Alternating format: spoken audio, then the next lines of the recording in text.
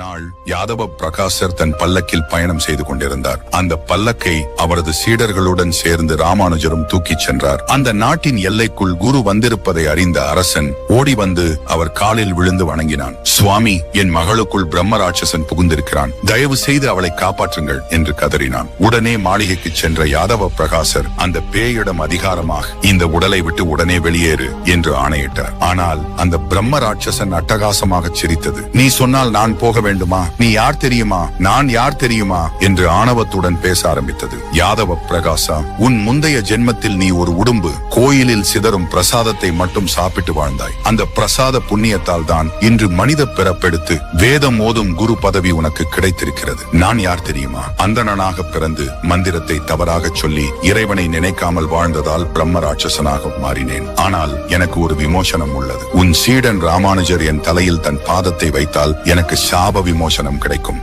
என்றது. திகைத்து போன யாதவ பிரகாசர் உடனே ராமானுஜரை அழைத்தார். ராமானுஜர் அமைதியாக தன் காலை அந்த பெண் மீது வைத்தார். அந்த நொடியிலேயே பிரம்ம ராட்சசன் அரசன் மகளின் உடலில் இருந்து வெளியேறினான். யோசித்து பாருங்கள், ஒரு உடும்புக்கே கோயில் பிரசாதம் இத்தனை உயர்ந்த நிலையை கொடுத்தால் மனித பிறப்பான நமக்கு கோயில் இறைவன் பிரசாதம். இந்த ஒரு வாய்ப்பை பயன்படுத்தினாலே நாம் இந்த பிறவி கடலை எளிதாக கடந்துவிடும்.